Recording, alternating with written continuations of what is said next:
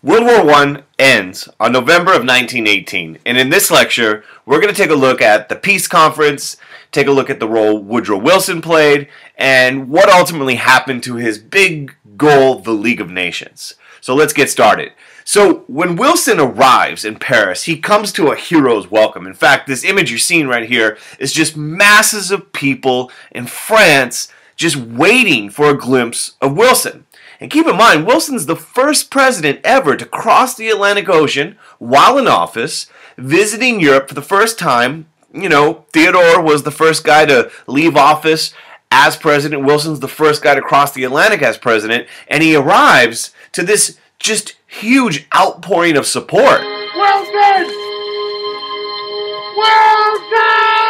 Crowds are cheering his name. Viva Wilson! In fact, he arrives and the conference is going to take place at a little town outside of Paris called Versailles. That's the place where this peace conference, this peace treaty is going to be negotiated. And so Versailles is the location that Wilson is going to play a key role in trying to help bring this war to a close. Now, before he actually travels to Europe, Wilson had announced a plan called his 14 points plan. Make sure you understand that 14 points, Woodrow Wilson's 14 points peace plan. And that's basically what Germany had surrendered under those conditions. And the treaty, like I said, is going to take place at Versailles. Now, Versailles, you know, if you know a little French history, King Louis had that whole palace built. You know, it's this huge, extravagant place back in the day, today. Remember what I always tell you, students?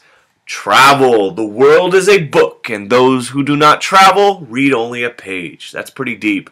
All sorts of cool stuff to see in World War I. One of the coolest things is one of the first tanks used in combat during World War I. There it is in a museum in Austria. But go to Versailles. It's a magically beautiful place, so much history and art and architecture, and you could see the gardens are magnificent. You could spend all day just roaming around checking out the gardens of Versailles. And here's the room. This is the spot where the magic happened. This is the famous Hall of Mirrors. As you can see, here are the mirrors right there. You got to take a selfie in the Hall of Mirrors, and there it is on the eve of the peace conference in 1918-1919. So there's the room packed with people ready to get this negotiation going. Now, we got to take a step back. Before we go to Versailles, like I said, Wilson had announced this plan. In fact, he does so in a speech to Congress in January of 1918. There's Wilson right there, talking to Congress, and what it is, it's a very idealistic plan. It's a very, you know, grand vision, and at the heart of it is Wilson's belief that we, the world, can fight a war to end future wars. That World War I was going to be a war which would prevent another war. Not just today, but forever.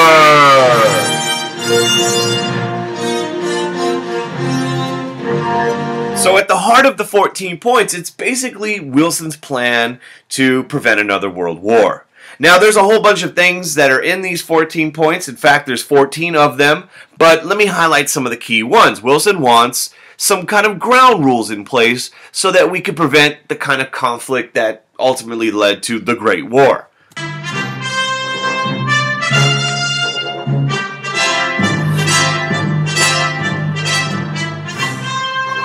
So here's a few of them, right? No secret treaties. That was seen as a big problem. That was one of the reasons why when, you know, Archduke Franz Ferdinand got shot, the whole thing escalated very quickly. Freedom of the seas, you know, no more sinking passenger ships, you know, neutrality, freedom of the seas, reduction of military and reduction of armaments was a key component of this. He also wanted other things like free trade, open treaties, a lot of different things, and of course, the right to self-determinations. He wanted new nations to gain their freedom, especially those nations that were, you know, colonies of some of the major world powers of the time.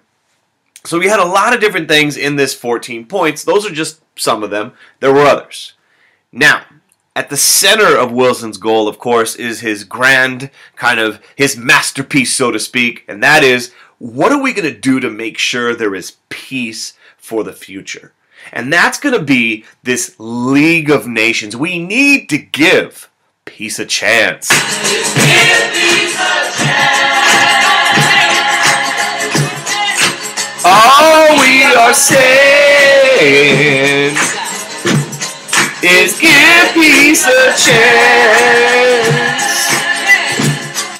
Alright, so this League of Nations would be this international organization that all these countries would belong to, and when there was conflicts, they would meet and they would resolve them peacefully. So these are his plans, this is his goal, and in October of 1918, the Kaiser of Germany asked for an armistice based on Wilson's 14 points. So, Wilson's going to Europe. When he arrives, he doesn't get to run the show. He's part of the Allies. In fact, there were a lot of different countries that were under the umbrella of the Allies, but these four are the big ones. In fact, we'll call them the Big Four. And every time they met, these four guys like to bump some music. Throw your hands in the air if you an ally. And the Big Four are these men. Of course, we have Woodrow Wilson, leader of the United States. We have David Lloyd George, leader of Great Britain. We have Mr. Orlando of Italy and Clemenceau of France, who looks oddly like a walrus human being. A little walrus man, but just teasing. So the Big Four. Here's the problem Wilson's going to face. England and France especially, Italy as well, they have a different agenda than Wilson. Wilson has these grand goals. He has these, these principles that he wants to establish the post-war world, but he doesn't realize, or he doesn't quite appreciate the extent in which England and France and Italy had suffered a great deal as a result of World War I. They had lost, a countless number of their citizens, and they are not interested in these kind of idealistic principles. They want revenge. They want revenge. They want to punish Germany. In fact, their goals are going to be completely different than President Wilson's. So we're going to have a problem there. Now, Wilson arrives, and of course, he's trying to get everyone to sing the same tune. He wants them all to kind of have this, this everlasting peace. And as you could see in the political cartoon, they all have very different hidden agendas. In fact, what's going to happen at the peace conference is these conflicting interests are going to derail Wilson's agenda, and it's going to lead to a very different peace treaty than the one that he was hoping for. So, Wilson is trying to get everyone to sing the same tune, but is not going to have much success. So Wilson, remember when he arrived, it's a big old... Wilson! Everyone's loving Wilson, and he was popular. Doesn't change during the conference, but he's going to have difficulty reconciling the interest of the other members of the so-called Big Four. France and England, more so than any other. So that's a little background here. Now, his big thing, though, in spite of, many of his other things are going to be completely ignored, the right to self-determination, he is hopeful that he's going to keep this League of Nations. That countries, that he'll get that at the very least of all his 14 points, the League of Nations will be kept, and there will be this hope that we would prevent future wars. Now there's a problem. And there's a couple of problems, but we're going to focus first on the domestic problems. And for those of you that do not know, I'm going to give you a little U.S. Government 101. And what you need to realize is the President of the United States is the Commander-in-Chief. He's our Chief Executive. But what he cannot do is sign treaties or declare war without the approval of those people in that building, Congress. In fact, Congress must ratify any treaty with a 2/3 vote. So here you have the inside of the Congress, and there it is, President Obama giving a speech, but Wilson needs the support of Congress. And what's going to be a major problem is Wilson had this really, in his mind, wonderful idea about the League of Nations, but the reality was he's a Democrat, And the people in Congress at the time, the majority party in Congress, happened to be... Then you are a Republican. Republicans. And Republicans in Congress, and not all of them, because, you know, we have these terms, Democrats, Republicans, there's different types. Republicans, many Republicans in Congress, were worried about the treaty that Woodrow Wilson had set forth. And so what we see is a backlash. In fact, there's a couple of things they're concerned about. It's not just, you know, I'm just being concerned for the sake of being concerned. For instance, if suddenly now we have to care what happens in Europe, we belong to this organization, the League of Nations. If suddenly now we have to care what happens over there, does that mean that they, Europe, is going to threaten the Western Hemisphere? Are we going to have to give up the Monroe Doctrine? Are they going to be meddling in our affairs? So that was a concern. Would joining the League threaten the Monroe Doctrine, where we were kind of saying to Europe and the rest of the world, we got the Western Hemisphere, you guys do your stuff, we'll do our stuff. So that was a concern amongst some individuals. Another concern was, would joining the League of Nations be the death of American sovereignty? In other words, would we have to say goodbye to our own self-interest?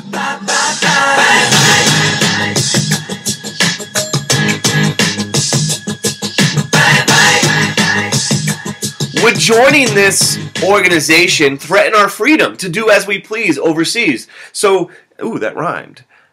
Would we have to do and act in certain ways in certain instances that were contrary to our self-interest, our own self-motivated desires? That made no sense. So there was a concern that we would be forced to do things we don't want to do because we belong to the League of Nations. We would lose our sovereignty, our freedom to do as we please.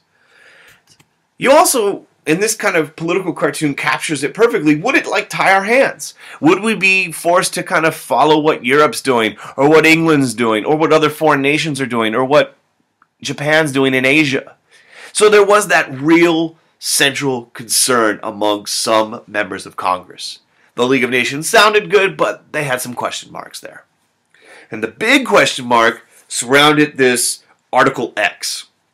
Article X was part of the League of Nations. It was, you know, the agreement that made it. And in Article X, people wondered what exactly it meant. And I wonder if you know what it means, what it means. And I wonder if you know.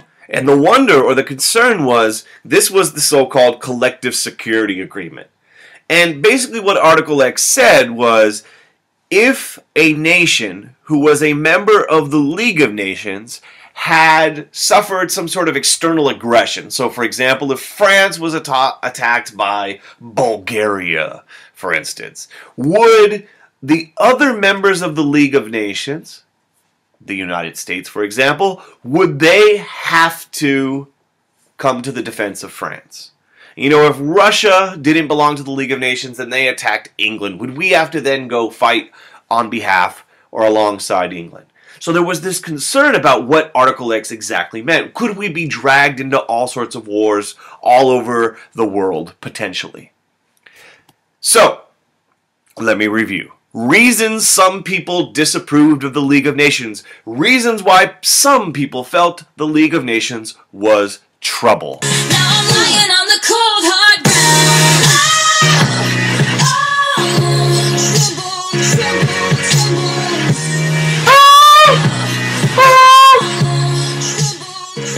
There was a concern that it violated our sovereignty. There was a concern that it would prevent us from pursuing our own national aspirations. And there was a concern that it could draw us into some distant conflict. So these were some of the concerns. Now, doesn't end there. There were other problems of the Treaty of Versailles. So set aside the whole League of Nations debate. We'll come back to that. Wilson was greatly disappointed when it came down to what the actual Treaty of Versailles look like? Remember, he came in there with these ideas of the 14 points. There was going to be all these really wonderful things. Well, doesn't turn out that way. For instance, who caused World War I? If you look at this political cartoon, no one really wanted to take the blame. In fact, if you look at the causes of World War I, it was such a mess. It was so confusing. There were so many different factors that came into play that there's no one country that you could really blame it on. But at the Paris Peace Conference, at the Treaty of Versailles, the Allies, and Wilson didn't want this to be the case, the Allies played the blame game. Let's play the blame game. I love you more. Let's play the blame game. Sure. In fact, Germany was blamed. There was a war guilt clause where Germany had to take the blame for the war. In fact, with the blame for the war, they took the entire blame, but also came the punishment for the war. So not only was Germany blamed for the war, but the Treaty of Versailles was very harsh. In fact, Wilson did not want the Treaty of Versailles to be a treaty of punishment, of revenge, but that's exactly what happened. In fact, Wilson was disappointed to see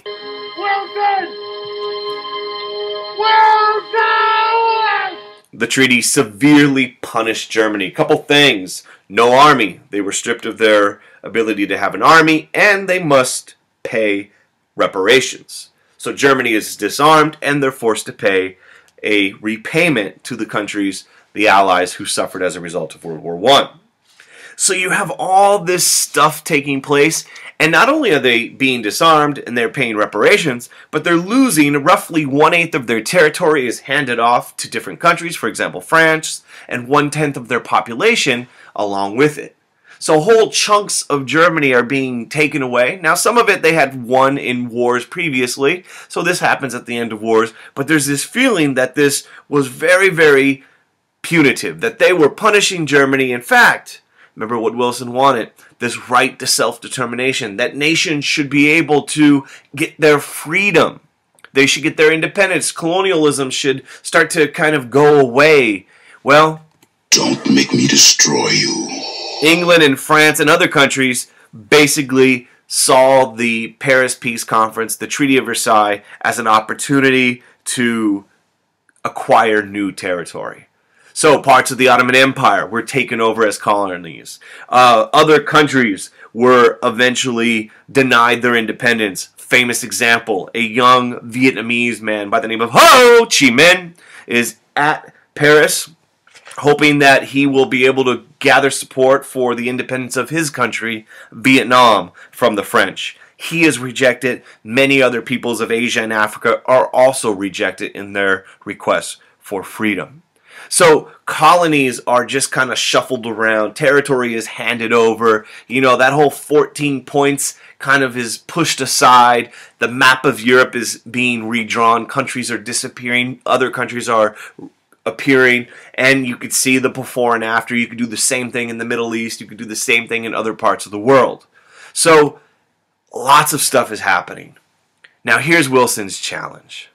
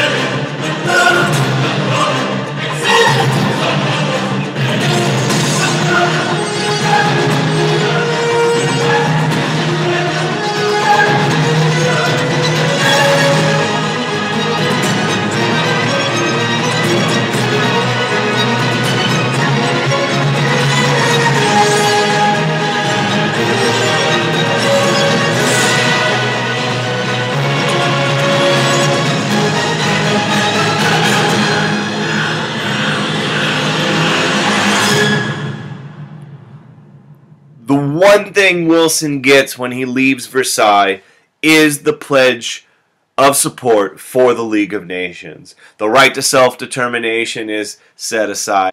And when Wilson comes back to the United States, he faces bitter opposition and debate over this League of Nations and whether or not the United States should join the League of Nations. And there's a lot of questions as to whether or not he was going to get U.S. entry into the League. Now, we actually have to take a step back and look at what Mr. President George Washington said. In fact, when he was leaving office, he said, "It is our true policy to steer clear of entangling alliances with any portion of the foreign world." Now, granted, this was a very different time, but at the time when Washington was speaking, he was warning the world, because the whole French Revolution, the Napoleonic Wars were about to kind of pop off, that we had to steer clear of these entangling alliances. And that had been a principle of American foreign policy for a very long time. Now Wilson is trying to change that. And the debate over the League of Nations centers around two different camps within Congress. One of them is headed by this guy, Henry Cabot Lodge. And he belongs to a group called the Reservationists. And the Reservationists basically said, we would approve the League of Nations if certain changes were made. Because as it currently exists, our answer to joining is no. And he kind of represents this position that belonging to the League of Nations would drag us into European wars, that we would get sucked into wars all over the world, but especially in Europe. And in many ways, he felt, the Reservationists felt, Henry Cabot Lodge felt, that this threatened our desire to be isolationist, to kind of keep to ourselves, to keep at least to the Western Hemisphere. We can get into a whole debate about how isolationist we've truly have been, but that was kind of a simple version of it. So Henry Cabot Lodge is of the position that we'll approve it if certain changes are made, especially the whole Article 10 part. Now, for Wilson, any changes, and this is the part where Wilson perhaps made some mistakes, there was this belief that you can't change the treaty, that they were butchering it, they were destroying it, they were stripping of its essence, and to make these changes, to remove Article X, was to basically strip the League of Nations of its effectiveness. So Wilson is very hesitant to negotiate or compromise on these changes. Well, Just leave me alone. Leave me alone. Leave me alone. Leave me alone. Leave me alone. the other position was basically leave us alone. And they were the so-called irreconcilables. Irreconcilables, they were Republicans, overwhelmingly, who opposed the League in any form whatsoever. We should stay the heck out of it. We don't want to join it. And they basically say, we don't want to join. We're out. No thank you. Thank you very much.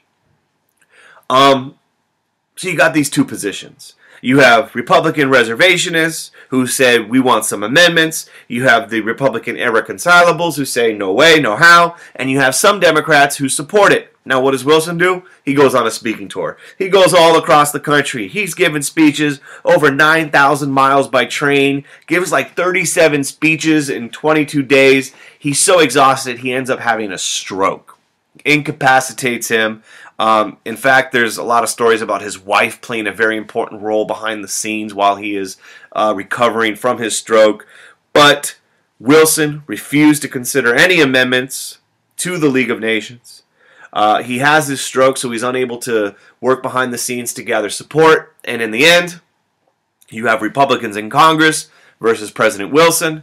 And in the end, you have a situation where Access denied. we, the United States, ironically, the League of Nations, designed by the President of the United States with these very lofty, idealistic goals, we do not join the League of Nations.